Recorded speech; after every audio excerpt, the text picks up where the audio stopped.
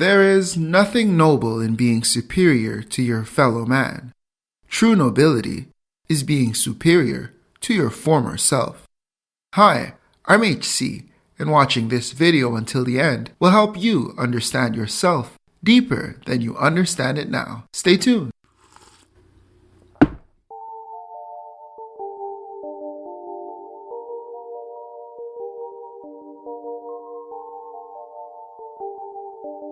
Although there are moments where being proud is justified, too much pride quickly turns into blinding arrogance if we do not recognize the value of humility. In short, humility is to accept your mortality and to appreciate that there is always something to be learned. Being humble understands that, as a student of life, thinking of yourself as all-knowing and all-powerful, or fundamentally superior to others, is likely to be counterproductive to your growth. On the journey to becoming the best version of you, being humble will open the doors that arrogance refuses to see. This is why knowing how to be humble is such an important factor on the journey forward to becoming the best version of you. So, without further ado, here are the steps on how to be humble. Step 1. Respect life. To respect life is to appreciate that if you still have breath this morning, you have been provided with another opportunity to be everything that you can be, a blessing that was not granted to everyone. In this context, respecting life is appreciating that every day is a gift, every waking moment is another chance, and every breath is a confirmation that you are here for a reason. Respecting life will help with humility because it is accepting that your reality as you know it is very fragile. Therefore, the blessing of experiencing life should not be taken for granted. To respect life encourages you to stay open and curious so that you are able to feel and experience everything that life has to offer. It is important to accept that currently you are living in a reality that you once only imagined or dreamed for. And this is true as of the earliest stages of your life. For example, when you were just a baby, you yearned to be able to talk, to tell your mother when you were hungry, sleepy, and or when you needed to potty. But you could not talk, so you screamed and cried until someone understood what you desired. Yet, before you know it, you are speaking and know exactly how and when to ask for what you want. Similarly, you were once a child that wished that you could one day walk. Well, you could not walk, so you stumbled and crawled until someone carried you. You are now able to walk and even run to where you want to be. In both instances, you acquired the very reality you once complained and wished for. To respect life is to appreciate that you will be where you need to be when you need to be. Therefore, it is to be grateful for your journey before you can enjoy the destination. Step 2. Abandon fear. In this context, abandoning fear is to continue to march forward in spite of the acceptance that there are things that you cannot control. It is important to appreciate that sometimes storms appear in your life not to crush you, but to clear your path. Because when your world crumbles, new and improved understanding is usually on its way. Abandoning fear is important on the journey to being humble because while a fearful person would refuse to explore, a person that is humble is open to learning and appreciating more of what life has to offer. Abandoning fear will encourage humility because it is appreciating that you are not always in control, but your lack of control of everything around you does not mean that you are less competent or less able to be who you need to be when you need to be. Abandon fear, let go, and allow new to be. Which leads us to our next step. Step 3. Surrender. By definition, to surrender is to relinquish possession or control of something to another. In this context, it means to stop fighting and allow what is meant to be to become. To surrender is to accept that fighting for everything will only weaken you for when it's time to fight for the right thing. To understand this concept, imagine yourself walking a path in a desert.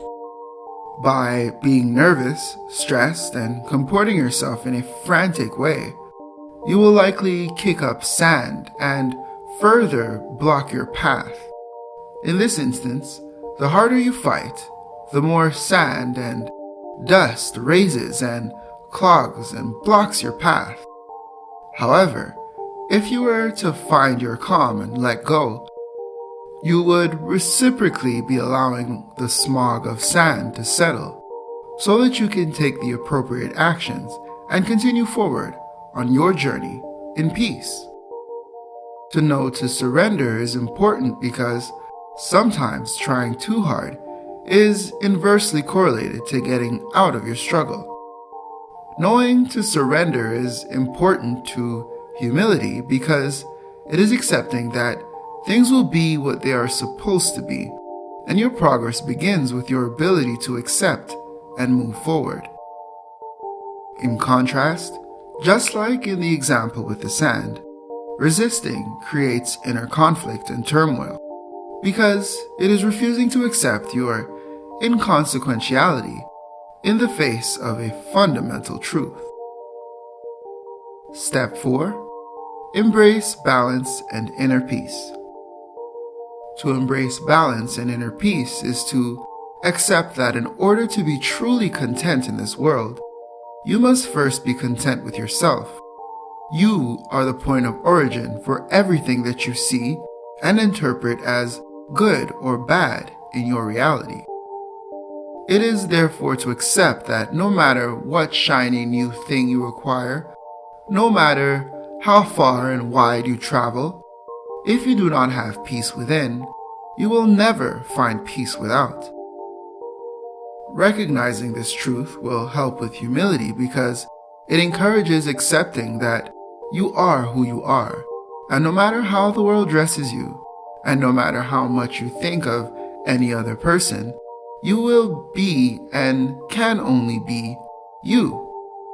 No matter your destination in life, without inner peace, you will continuously be looking to fill a void inside of you to no avail. Like a dog running in a circle as fast as it can, chasing its own tail. To embrace balance is to recognize that sometimes a thing that did not work out was not supposed to work out. And sometimes, no matter how much we may desire different, where we are is exactly where we need to be. We often find ourselves worrying about the next part of our lives without realizing that we are right in the middle of what we used to look forward to. Be still, be you, be humble. Step 5. Be grateful for the no's. On the journey to becoming the best version of you, it is important to accept that every no will bring you closer to a yes. Being grateful for every no will help with humility because hearing no is a humbling experience in of itself.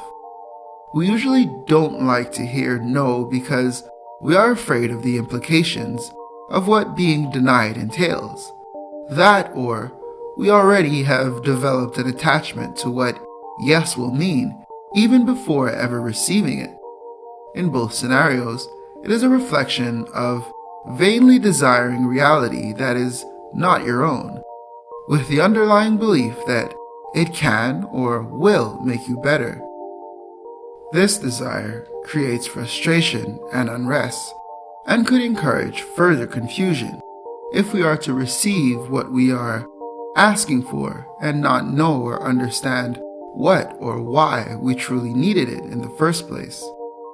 Being grateful for the no's will help with humility because when you are denied, you are provided with the path on where and how to focus your energy to move forward successfully.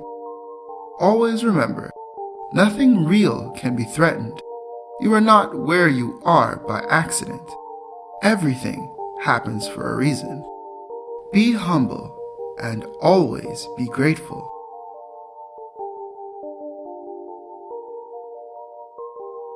So, that's it, Howell family. Those are the 5 steps on how to be a little bit more humble today. Thank you for watching this video until the end. You are appreciated.